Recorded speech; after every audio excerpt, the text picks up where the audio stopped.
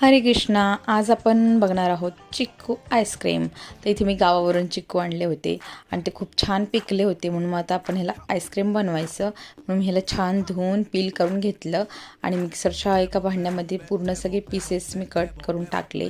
इथे मी 1 वाटी मलाई घेतलेली आहे फ्रेश घरची आणि ते 1 वाटी साखर टाकलेलं आहे. इथे मी मिल्क पावडर टाकले आणि वेलची थोडी, कंडेन्स मिल्क आणि थोडंसं दूध टाकलेलं आहे. तर ही मी मिक्सरला छान फिरवून घेऊन कंटेनरमध्ये मस्त असं ओतून घेतले. एक फॅमिली पॅक बनवायचा होता मला, तर इथे मी चिक्कूचे पीस टाकून मिक्स करून घेतले.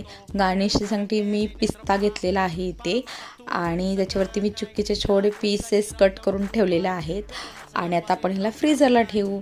आणि फ्रीज झाल्यानंतर इतकं मस्त झालं होतं की माझ्या स्पूनने सुद्धा हे येत नव्हतं, इतकं घट्ट आणि छान झालं होतं आणि बाहेरच्यापेक्षा पण खूप मस्त. आणि ही आपलं चिक्कू आईस्क्रीम तयार झालेलं आहे. तुम्ही ही रेसिपी नक्की ट्राय करा. मस्त खा, छान राहा. थँक्यू.